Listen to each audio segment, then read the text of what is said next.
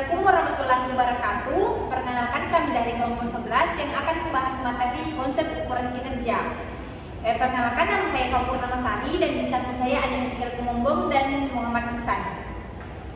Baik, untuk materi yang pertama yaitu definisi ukuran kinerja. Apa itu ukuran kinerja? Ukuran kinerja merupakan seperangkat indikator atau metrik yang digunakan untuk mengukur dan mengevaluasi sejauh mana suatu organisasi, divisi, dan tim telah berhasil mencapai tujuan dan sasaran yang ditetapkan.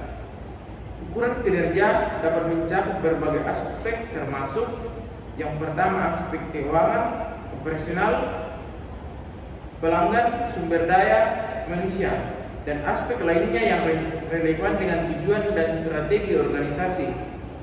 Metrik keuangan seperti pendapatan laba, pengembalian investasi, dan rasio keuangan lainnya sering digunakan untuk mengukur kinerja finansial organisasi. Materi yang kedua yaitu satuan dan kriteria ukuran kinerja. Satuan ukuran kinerja adalah unit pengukuran yang digunakan untuk mengekspresikan dan mengkualifikasikan metrik atau indikator kinerja tertentu. Pemilihan satuan yang tepat sangat penting agar ukuran kinerja dapat diinterpretasikan dan dipahami dengan benar oleh semua pihak yang terlibat. Agar ukuran kinerja dapat efektif dan bermanfaat bagi organisasi, ada beberapa kriteria penting yang harus dipenuhi. Kriteria ini memastikan bahwa ukuran kinerja yang ditetapkan relevan, terukur, dan dapat mendorong peningkatan kinerja yang berkelanjutan. Selanjutnya yaitu keuntungan pengukuran kinerja. Ada banyak keuntungan yang diperoleh organisasi dari pengukuran kinerja. Salah satu keuntungan adalah pengukuran kinerja memberikan pendekatan struktur untuk fokus pada perencanaan strategis, tujuan, dan kinerja. Adapun poin-poin dari kesalahan dalam pengukuran kinerja, yang pertama menggunakan terlalu banyak data, yang kedua fokus pada jangka pendek, yang ketiga gagal dalam pengambilan keputusan yang berbasis pada data, yang keempat terkadang data diringkas sehingga justru menghilangkan makna, yang kelima mengukur terlalu sedikit, yang keenam mengumpulkan data yang tidak konsisten, data yang ada konflik, dan data yang tidak perlu. Yang keenam, menggunakan kinerja yang salah. Yang ketujuh, mendorong kompetisi dan menghambat kerja tim. Dan yang ketujuh, menetapkan ukuran yang tidak realistis dan tidak rasional. Dan yang terakhir, gagal menghubungkan dengan ukuran kinerja. Dan adapun beberapa poin model pengukuran kinerja. Yang pertama, balance scorecard.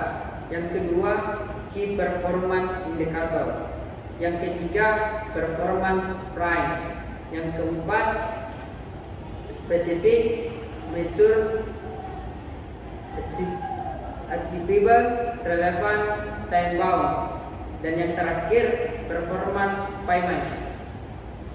Sekian materi dari saya.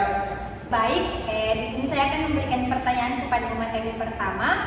Pertanyaan saya itu, mengapa penting menggunakan kombinasi ukuran finansial dan non-finansial dalam pengukuran kinerja?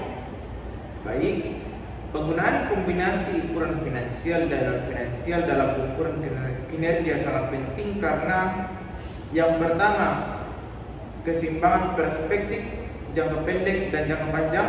Yang kedua, pengukuran kinerja holistik.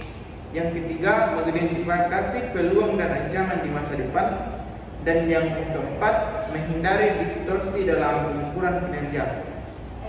Bagaimana ukuran non-finansial dapat memberikan gambaran lengkap tentang kinerja organisasi? Ukuran non-finansial dapat memberikan gambaran lengkap tentang kinerja organisasi melalui beberapa cara. Yang pertama yaitu kepuasan pelanggan, yang kedua efisiensi operasional, Yang ketiga, inovasi dan pengembangan produk. Yang keempat, kualitas produk atau layanan. Yang kelima, kualitas karyawan dan kepuasan karyawan. Dan yang keenam yaitu tanggung jawab sosial dan lingkungan. Mungkin itu dari saya. Baik, terima kasih. Tanya kepada pemateri kedua. Bagaimana cara memperbaiki kesalahan dalam pengukuran kinerja? Baik, terima kasih. Adapun langkah-langkah cara memperbaiki kesalahan dalam pengukuran kinerja. Yang pertama, identifikasi sumber kesalahan. Yang kedua, perbaiki metode pengukuran. Yang ketiga, periksa akurasi data. Yang keempat, atur ulang parameter. Yang kelima, lakukan uji coba. Yang keenam, monitoring dan evaluasi berkelanjutan. Dan yang terakhir, komitmen pada perbaikan berkelanjutan. Mungkin itu saja yang saya jawab.